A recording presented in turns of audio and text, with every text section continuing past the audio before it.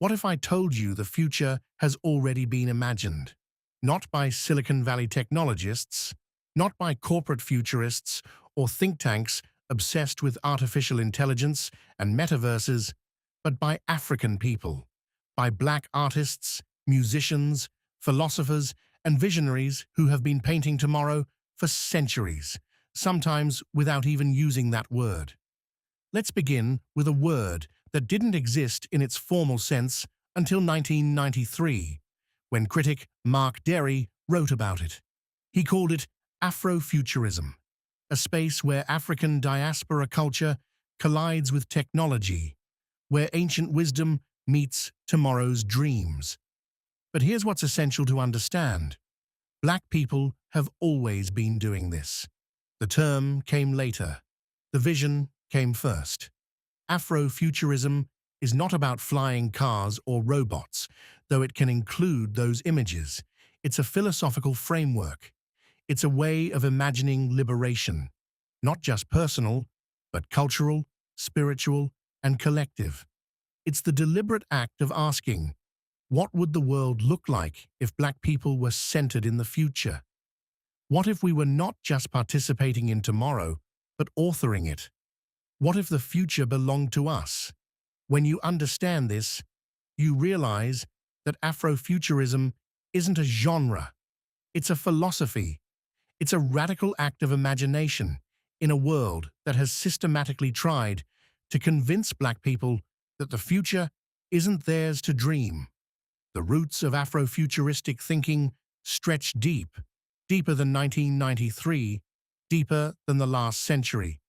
They reach back to ancient Egypt, to Kemet, where mathematics and mysticism were one, where the stars were studied not just for navigation, but for understanding the cosmos and humanity's place within it. The pyramids themselves, think about them as monuments to future thinking. They were built as eternal vessels, meant to transcend time itself. Fast forward to the 20th century, and we find Sun Ra, the pianist, composer, and philosopher who claimed to be from Saturn. Sun Ra understood something profound, that imagination could be a form of resistance, that music and cosmic imagery could liberate consciousness itself. He performed in elaborate, otherworldly costumes and sang about space travel when such dreams seemed impossible for Black people. But he wasn't singing fantasies, he was singing prophecy. Then came Octavia Butler, the science fiction author who imagined futures both terrifying and transcendent. She wrote about Black women navigating hostile worlds, creating new possibilities, refusing limitation. Her books weren't escapism. They were blueprints. They were rehearsals for resistance. They taught us that the future could be Black, female, powerful, and unapologetic. And in our contemporary moment, we've seen it explode.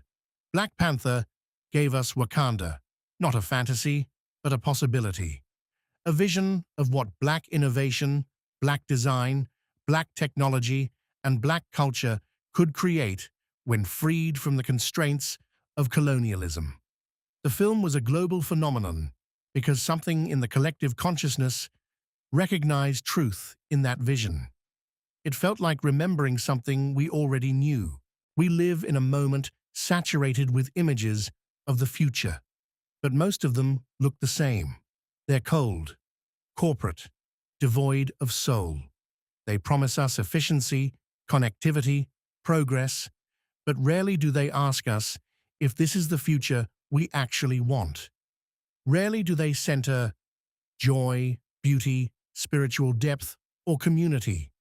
The world desperately needs Black visions of the future, not as a corrective or a supplement, but as essential medicine. Because when Black artists imagine tomorrow, they bring something the mainstream narratives have discarded: the recognition that humanity is spiritual, that culture is technology, that rhythm and soul are not luxuries but necessities. Think about what that means. It means the future doesn't have to be a choice between tradition and technology. You can have both. It means progress doesn't require the sacrifice of your roots. It means tomorrow can be something you create on your own terms, from your own wisdom, aligned with your own values. Here's where it gets personal. Afrofuturism isn't just for artists and visionaries we admire from a distance. It's a way of being that you can embody every single day. When you wake up and decide that your life matters, that your dreams matter, that your vision of tomorrow is valid, you're practicing Afrofuturism. When you honor your ancestors while building something new, when you create art or music or ideas from your own cultural wisdom, when you refuse the future that has been prescribed for you and author your own, that's Afrofuturism. It's about recognizing that you are future, not someday, now. Your decisions, your creativity, your choices, they are shaping what's to come. You are the technology. You are the vision. You are the music that future generations will listen to and try to understand.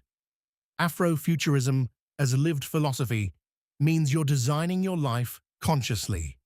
You're choosing which traditions to carry forward, which innovations to embrace, which parts of the past deserve to be honored, and which need to be transformed. You're asking yourself, what future am I building? And more importantly, am I building it from my truth? This brings us to the thesis that guides this channel. The future is always there, not ahead of you, waiting passively for you to arrive, but alive, present, existing in this very moment through your imagination, your vision, your choices. The future is in the song you're about to make, the project you're about to start, the community you're about to build. It's in how you treat yourself and others today. It's in the stories you tell. It's in the dreams you dare to dream without apology. African wisdom has always understood this. The Ubuntu philosophy, I am because we are, recognizes that your future and mine are interwoven. That liberation isn't individual, it's collective. That when you imagine your best future, you're creating the possibility for ours. So this channel exists to remind you that your Afro-futuristic vision matters, that your black futures, whether you identify as black or whether you're learning from black wisdom, are valid and vital and necessary. That design, music, holistic living, cultural connection, and spiritual oneness are not separate from the future. They are the future. The future is always there, and it is yours.